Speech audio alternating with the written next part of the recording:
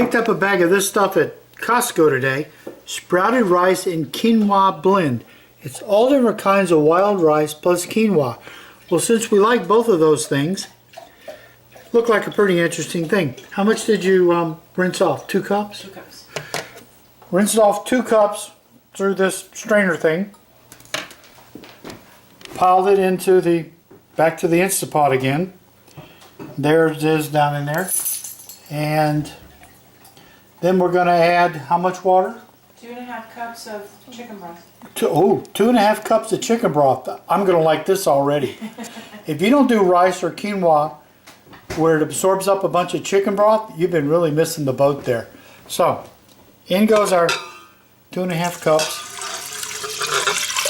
of chicken broth. What else goes in here? That's it. That's it. Hey, this is a really rough recipe. Measure out 2 cups, rinse it of the rice, put it in there, and then put in 2.5 cups of chicken broth. I'm not even going to bother to write this down for you. This one you can manage.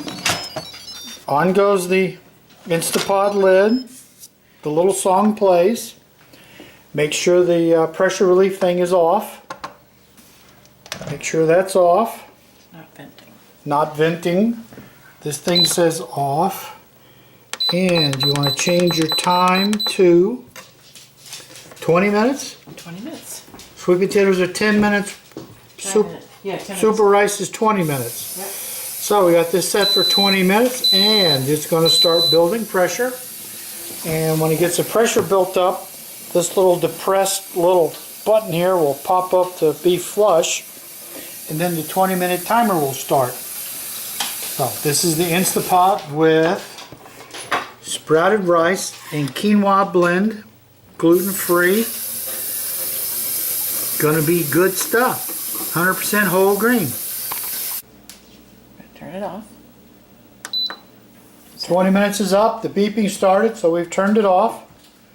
And this gets the let it cool down by itself thing. 10 minutes. 10-minute cool down all by itself. And then we'll release it. And then we'll release it to let it go ahead and let the rest of the pressure off. So, back in 10 minutes. Okay, we've had the 10 minutes of letting it just sit there, doing its natural depressurizing. So now it's time to let the rest of the pressure off. Always a good little jump there is that first little blast of hot steam. Manages to hit your fingers no matter what you're doing. And remember, what we're doing here is letting the pressure off of this vessel. And this little indicator tells you that it's pressurized. And as the pressure gets to be the same as in the room, meaning it's safe to turn the lid, this little thing will plop down in there, telling you that the pressure's gone. But it'll take a few minutes. And once you get the pressure off and the lid off, it'll cool down much quicker. And then that means we'll be getting closer to the most important part of the entire cooking process. That would be the taste test afterwards. It's probably only been maybe a minute and the pressure's already released. But remember, we gave it a 10-minute head start, so it had cooled, let some of the pressure off. So as you can see, this little button thing here is, oh, it's still pretty hot, has plopped down. So now we can turn the lid, listen to the little tunes. And wow, still got a lot of steam, still got a lot of water in it. And there's our different kinds of sprouted wild rice and wild rice, brown rice, whatever it is. And quinoa. And quinoa.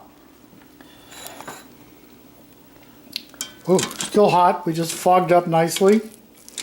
Better stir it up a little. Got a little bowl for testing. Got to make sure it hasn't gone bad there, you know. A little overdone. Looks like it's a little overdone. So 20 minutes, we'll know when we test it. One thing about overdone rice, it's still delicious. So, let's see how this looks. Yeah, it looks like it's kind of blown up a little bit. So what, instead of 20 minutes, go... Yeah, I'd back it up to 15 or maybe 12. Maybe 15 minutes. 5 minutes, you think? That much? I don't know. We haven't done this before. It didn't have any directions on the back, so we guessed it. So now we're going to find out how it tastes. It tastes really, really hot. Has the consistency of oatmeal at this point.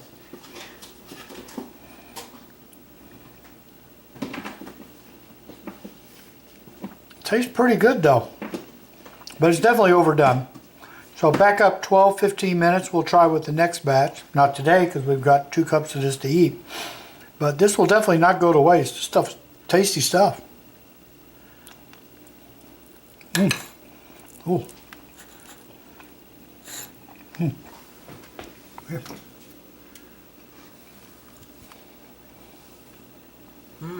That was really good.